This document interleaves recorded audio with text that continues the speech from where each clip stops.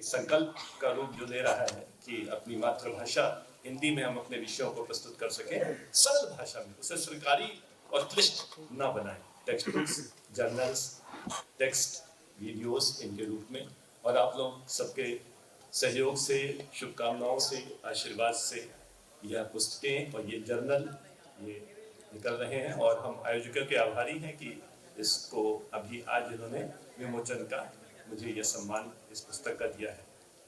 ये सारी गतिविधियां MCH वेबसाइट में उपलब्ध हैं, आप इसको कोई भी एक्सेस करके इसका लाभ उठा सकता है। तो जो हम अगले कुछ मिनटों में जिसकी चर्चा करेंगे वह एक बहुत अनकॉमन सा एस्पेक्ट है, late onset autoimmune diabetes of adult. इसका what is a diagnostic dilemma in this disorder. एक बात यदि मैं आपसे जानना चाहूं, हमने पिछले एक वर्ष में कितने लोगों ने अपने प्रिस्क्रिप्शन पे डायग्नोसिस में लाडा लिखा है? प्लीज, लाडा लिख के कितने लोगों ने किया है? ये बड़ी खुशी हुई कि लोगों ने जबरदस्ती भी हाथ नहीं उठाए, क्योंकि मैं अगर अपनी बात करूं, मैं जब किसी पेशेंट में सोचता हूं ये लाडा होगा, मैं लिखना जब चलता हूं ना, मैं सोचता हूं यार अभी एंटीबॉडी तो कराई नहीं, होना तो चल लाडा चाहिए, लेकिन उसके लिए हम कैसे इसको कंफर्म करें। फिर मैं क्वेरी बनाता हूं, कभी कभी डबल क्वेरी बनाता हूं, और ये वास्तव में हम लोग के साथ होता है, क्योंकि एक स्पष्ट रेखा खींचना कि यह ये है, यह ये नहीं है, ये बड़ा कठिन कार्य है।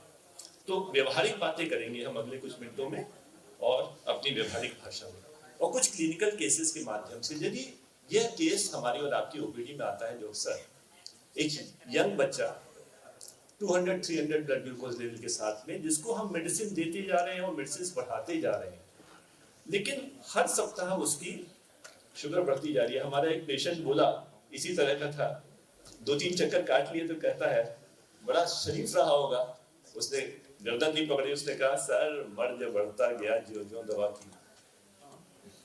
तो इस बेचारे को भी महीने भर से इलाज करने के बाद भी ये बच्चा कहाँ है, इसकी डायग्नोसिस क्या है?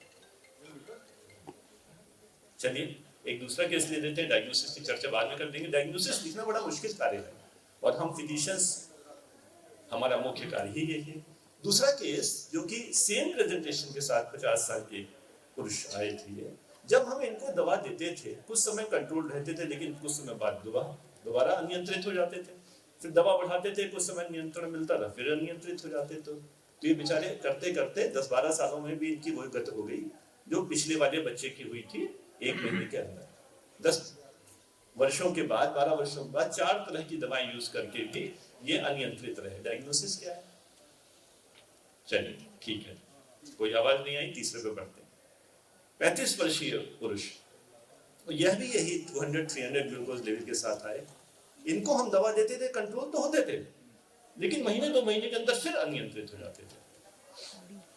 फिर दवा बढ़ाई, कंट्रोल हुए, लेकिन फिर अनियंत्रित हो गए। साल भर के अंदर ये 4 दवाओं का प्रयोग करके भी अनियंत्रित नजर आए।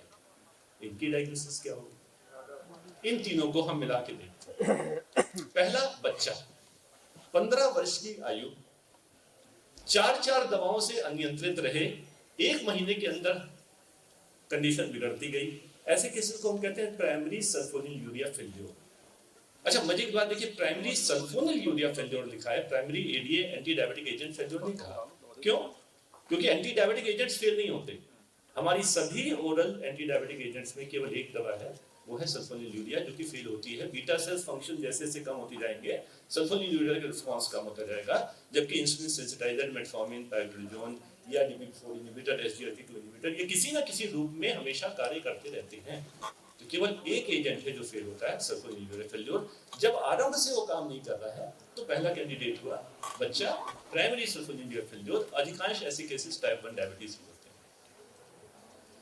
दूसरा केस 50 ईयर ओल्ड मेल वाला जो था, इसमें क्रमशः हमने देखा 12 साल इन्होंने निकाल लिए, और 12 साल के बाद फेल हुए। ये हम रोज देखते हैं टाइप 2 डायबिटीज में, और इसमें सेकेंडरी सल्फोनिलयूरिया फेल्योर, मतलब उन्होंने आरंभ में उन्होंने रिस्पॉन्ड किया, बाद में रिस्पॉन्ड करना बंद किया। अब जो तीसरा केस था, न बच्चा न बूढ़ा, 35 वर्ष का, इन्होंने रिस्पॉन्स किया, लेकिन 1-2 महीने के अंदर ही इनका मेडिसिन का रिस्पॉन्स कम होता गया। ना हम प्राइमरी सल्फोनिलुरिया फेल्योर कर पा रहे हैं, ना सेकेंडरी सल्फोनिलुरिया फेल्योर कर पा रहे हैं। ऐसे पेशेंट्स को कहीं ना कहीं दिमाग में जब डाउट है तो एक ग्रे कैटेगरी बना दी जाती है, वैसी एक ग्रे कैटेगरी है लाडा की। अच्छा, अब कहा गया इसको कंफर्म करो, तो हमारे एटियोलॉजिकल क्लासिफिकेशन जो आजकल है टाइप 2 डायबिटीज का कि इम्यून या ऑटो इम्यून या नॉन इम्यून एटियोलॉजी का। तो इम्यूनोलॉजिकल तो है टाइप 1 और ये जो लाडा जिसको हम कह रहे हैं, और नॉन इम्यूनोलॉजिकल है टाइप 2 डायबिटीज। तो एक बहुत बहुत आवश्यक चीज है कि हम इम्यूनोलॉजिकल पैरामीटर्स को टेस्ट करें ऐसे केसेस में। यदि वो मिलते हैं, अर्ली ऑनसेट मिलते हैं तो टाइप 1 कहेंगे, लेट ऑनसेट मिलते हैं तो लाडा कहेंगे, late onset autoimmune diabetes of adult. एक ग्रे जोन है इम्यूनोलॉजिकल, लेकिन पूरा टाइप 1 की तरह बिहेव नहीं कर रहा, पूरा टाइप 2 की तरह बिहेव नहीं कर रहा, थोड़े दिन रिस्पॉन्ड करता है, थोड़े दिन नहीं करता है। तो स्लोली प्रोग्रेसिव डिसऑर्डर है, ना टाइप 1 है ना आईडीडीएम है, स्लोली प्रोग्रेसिव है। कुछ केसेस ऐसे भी होते हैं जो कि इंसुलिन की आवश्यकता नहीं पड़ती और भी स्लोली प्रोग्रेसिव है, तो बिल्कुल टाइप 2 की तरह बिहेव करते हैं। अब प्रॉब्लम आती कहाँ पे? प्रॉब्लम यहाँ पे आती है कि मरीज किताब पढ़ के नहीं आया, हमको उसको किसी न किसी खांचे में रखना है, तो हम खांचे में कैसे फिट करें? टाइप 1 30% केसेस ऐसे भी होते हैं जो एडल्ट ऑनसेट टाइप 1 डायबिटीज होते हैं, 30% बहुत है। और कई हम लोग देखते ही आजकल 16, 17, 18 साल के लोग, बच्चे भी, वो भी टाइप 2 लेके आते हैं, तो यंग ऑनसेट टाइप 2 भी होते हैं। अब यंग ऑनसेट टाइप 2 में हम ढूंढते हैं एंटीबॉडी मिल जाए तो हमें लाडा कहें। तो ये देखा गया कि टाइप 2 डायबिटीज के साथ 2 to 12% केसेस में इम्यूनोलॉजिकल पैरामीटर्स मिलते हैं, और यह वो केसेस हैं जो लाडा हो सकते हैं। और सारे इम्यूनोलॉजिकल पैरामीटर्स यह देखा गया कि हमारे अभी भारतीय और एशियन लोगों में ये कम है और यूरोपियंस में ज़्यादा है। एक हाइपोथेसिस दी गई कि जैसे जैसे इन्फेक्टिव एटियोलॉजी कम होती जाएंगी, हम इन्फेक्शन से अपने आप को सर्वाइव कराएंगे, वैसे वैसे हम ऑटोइम्यून फिनोमेनास के लिए प्रोन होते जाएंगे। तो वहाँ पे ऑटोइम्यून फिनोमेनास बढ़ते गए जैसे जैसे इन्फेक्शन से हमने अपने आप को बचाया। हमारे यहाँ भी इन्फेक्टिव एटियोलॉजी और सब काफ़ी इम्यूनोलॉजिकल पैरामीटर्स कहीं न कहीं पीछे हैं। तो ये है क्या? लाडा इज अर्धनारीश्वर, ना टाइप 1 ना टाइप 2, दोनों की सम्मिलित क्वालिटीज के साथ में। तो अगर अब हम आते हैं इसकी डायग्नोस्टिक एस्पेक्ट की, हमें अपने ओपीडी में क्या लिखना है, क्योंकि हमें डायग्नोसिस के में टाइप 1 टाइप 2 1.5 कहीं ना कहीं कुछ मेंशन करना है। तो इसमें से आप क्या कहते हैं, किसमें हम लाडा कहें, यंग में या ओल्ड में? प्लीज बोलते रहे। लेकिन अगर जितना ओल्ड होता जाएगा टाइप 2 की संभावना बढ़ती जाएगी, जितना यंग होता जाएगा टाइप 1 की बनती जाएगी। तो कहीं ना कहीं इन बिटवीन में older than type 1 younger than type 2, linear या ओवरवेट में ओवरवेट होता जाएगा, टाइप 2 की बढ़ती जाएगी, लीनर में टाइप 1 की। तो ये भी कम से कम टाइप 2 से लीनर हो। वेट जिनका कैसा हो, अगर घट रहा है तो ऑब्वियसली संभावना ज्यादा होगी। हाइपरग्लाइसीमिया कैसा हो, जितना ज्यादा होगा हाइपरग्लाइसीमिया है, उतना जितना कम रिस्पॉन्ड कर रहा है दवाओं को, जितना पुअर कंट्रोल है, तो शायद लोगों में संभावना बढ़ती जाएगी। तो ये अंदाजा है, कोई फिक्स्ड कैटेगरी नहीं है। सुबह डॉक्टर अरविंद ने एक स्लाइड दिखाई थी, बहुत अच्छी स्लाइड थी कि यंग डायबिटिक्स में कैसे हम लाडा को डायग्नोज करें। तो कई सारे जो चीज हम कम जानते हैं उसके विषय में बहुत सारे प्रोग्रामेशंस थे। ऐसे ही लाडा के लिए बहुत सारे डायग्नोस्टिक क्राइटेरिया बनाए गए, जिनमें से एक ये है एज मोर देन 35 ईयर। जब हम टाइप 2 डायबिटीज को 18 साल में डायग्नोज करते हैं तो 1.5 में 35 साल तक कैसे वेट करें, वो भी पहले हो सकती है। तो यह भी कोई स्ट्रॉन्ग क्राइटेरिया नहीं है। लेकिन एक बहुत अच्छा तीसरा पॉजिटिव एंटीबॉडीज हो वो तो समझ में आता है। एक जो इंपॉर्टेंट पॉइंट हो सकता है लाडा के साथ में वह यह है कि यदि कोई जना 6 महीने तक विदाउट इंसुलिन कंट्रोल हो जाए, 6 महीने तक विदाउट इंसुलिन कंट्रोल हो जाए, इसका मतलब वो टिपिकल टाइप 1 नहीं है।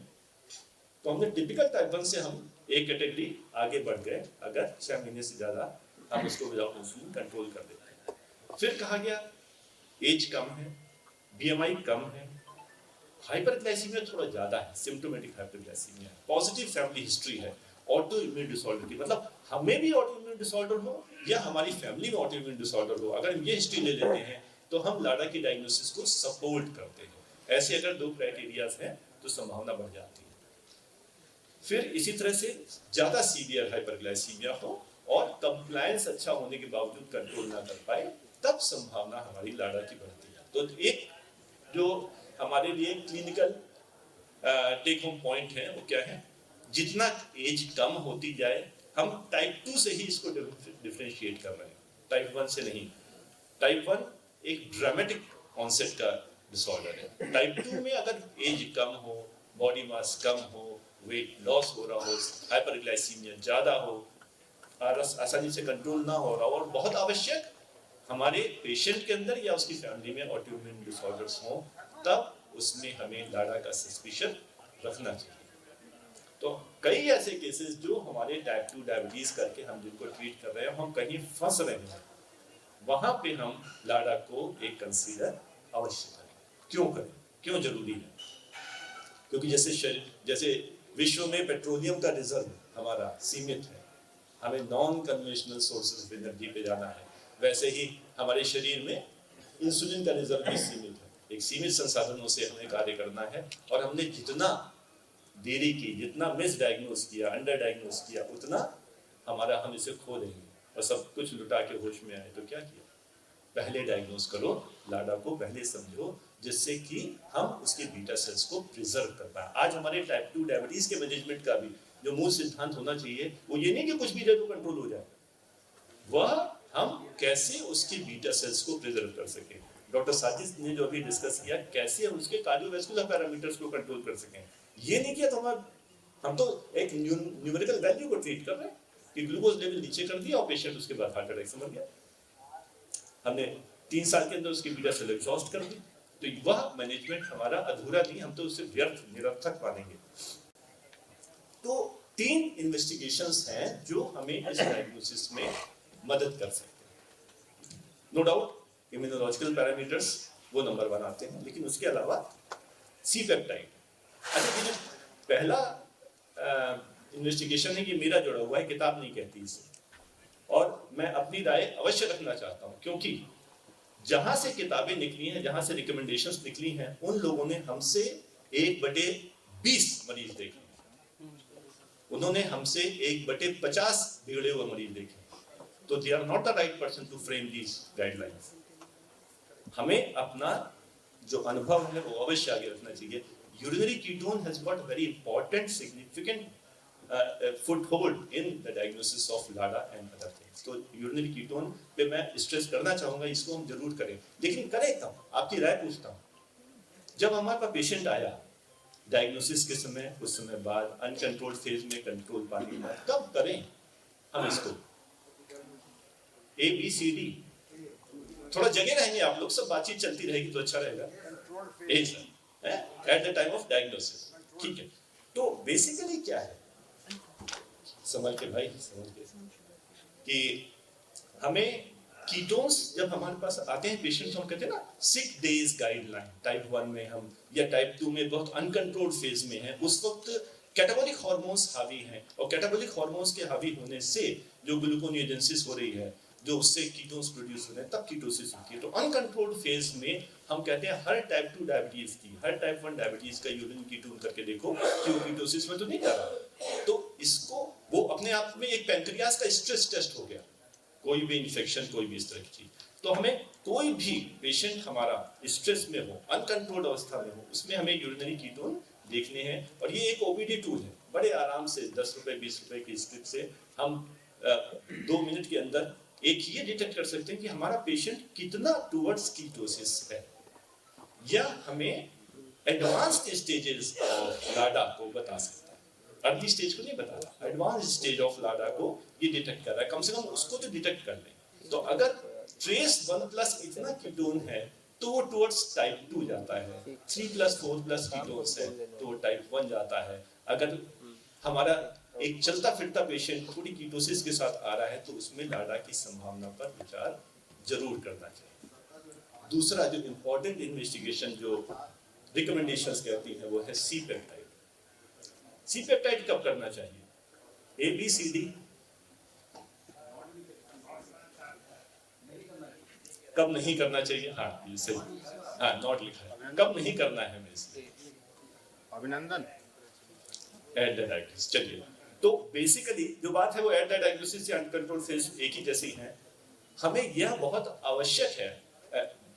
ये अब देखिए, वो हम लोग कहते हैं ना पुराने समय में, माय प्रोफेसर यूज्ड टू से when I was in residency, कि बेटा, जैसे गुप्ता जी की बात हम करें, गुप्ता जी क्या काम करते थे कि मैं तुमको ABC पढ़ाऊंगा, XYZ मेरे लेक्चरर पढ़ाएंगे, नंबर 1। और दूसरी चीज उनका एक बड़ा अच्छा डायलॉग था कि क्या नहीं करना है ये जान लो पहले, उसके बाद जानना। और मेरे ख्याल से हम सबके प्रोफेसर ने कभी ना कभी ये कहा होगा, हम भी कहते हैं क्या नहीं करना है वो जान लो।